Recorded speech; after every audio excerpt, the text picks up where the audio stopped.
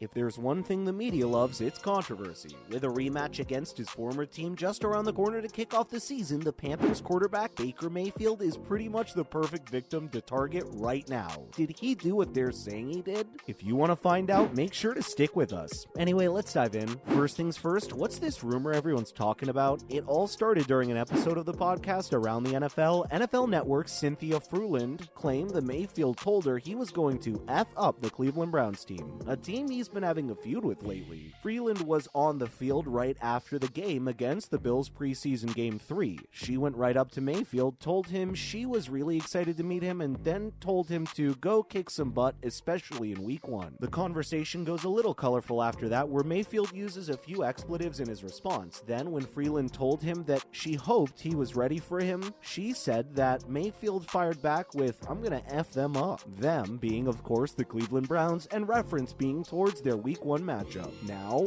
this is just one side of the story coming from Frelund, who honestly could have just exaggerated things to make everything sound much more interesting, so it's probably better to just take things with a grain of salt. Well, maybe not for the media. Next up, Baker Mayfield says he didn't say that. The day Cynthia Frelund shared her experience about her encounter with Mayfield, media outlets fired up to spread the news, and soon everyone was talking about it, and hence the rumor was born. It's gotten so bad that Mayfield has decided to speak up about it. At the Panthers practice on Wednesday, Mayfield finally spoke with some reporters where he called the report fake news. "I didn't say it," he straight up told them. Of course, he said he knew that everyone was going to believe what they wanted to believe, but the fact was that he didn't say what Cynthia said he'd said. Sure, there was history between Mayfield and the Browns, considering he had played there for the past 4 years, and everyone knows that he is a pretty competitive person, but that was the extent of it. Quote, "Now that is not how I phrased it. That's not even what I said," Mayfield went on to confirm, ending the conversation on the topic with, "So I'll just leave it at that." It's interesting that Mayfield didn't say it, but also didn't share what exactly he did say. Maybe he just thought the media would play his words again.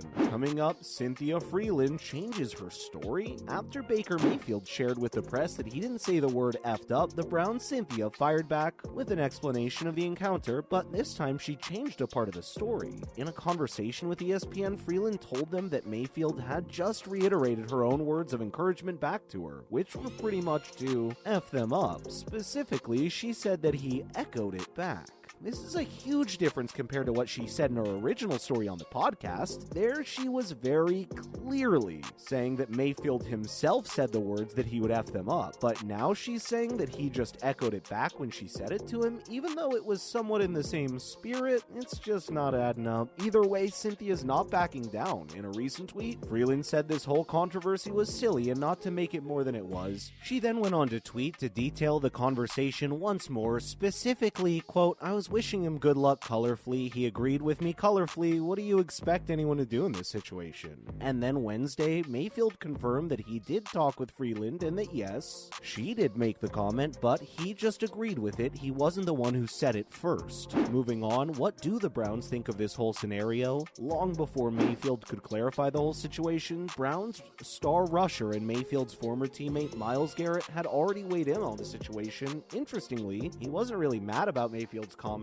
per se, but it brought him some much needed motivation. Quote, "We've known he has that type of demeanor and that attitude, and for better or worse, it works for him." Myles continued to say that he believed talking like that amped Mayfield up, that he uses it for fire and for motivation. He also said that it does the same for them, the Browns as well, and that they were happy to take the fire sent their way and use it to their advantage. Either way, we're hoping for a great matchup. Finally, what's the truth? Honestly, it's pretty much just a he said, she said situation going on over here. Cynthia says one thing, Mayfield says another. There's no recording of their conversation, and even if there is, it's not getting released to the public, so all we've got are the conflicting accounts from both parties. Sure, Mayfield is constantly getting into problematic news stories, but at the same time, Cynthia changing her story does not look good either. It's likely what happened is that Frelund jokingly told Mayfield to F them up, Mayfield just responded in agreement or something like that, or maybe he did actually say it. The bottom line is we we don't know, and we're probably not going to find out with actual proof.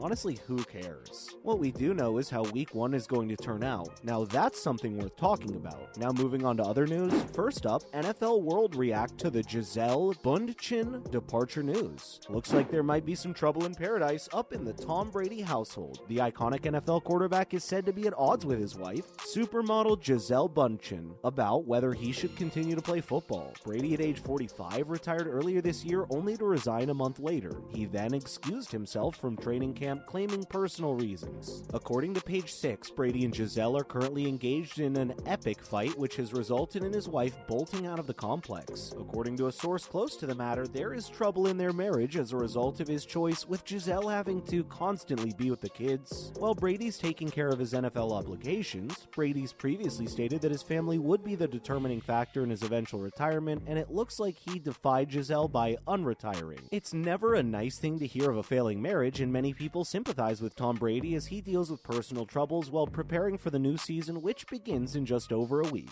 Next up, Panthers QB Baker Mayfield releases off-the-leash t-shirts before revenge game against Browns. Baker Mayfield will get his revenge in week 1 of the NFL season when the Cleveland Browns face his Carolina Panthers. In fact, Mayfield is selling commemorative t-shirts. The tension between Mayfield and the Browns started when Cleveland grabbed Houston Texans quarterback Deshaun Watson in a trade. At that point, it was pretty obvious the Browns were ready to let Mayfield go, and the problem was ultimately settled when he was traded to the Panthers. That doesn't mean that there aren't any hard feelings about the whole situation. The t-shirts are now available at the Charlotte-based clothing company Glory Days Apparel, which is the only official location where the clothes are being sold. Interestingly, it seems the shirts are taking cheeky shots at the Browns. One of the company's new t-shirts has a bold print with a phrase, Baker Mayfield off the leash, advertising the Carolina Panthers Week 1 showdown versus the Cleveland Browns. Also, Mayfield's first home opener away from the Dog Pound will be this rematch. And finally, Browns are signing tackle Joe Haeg.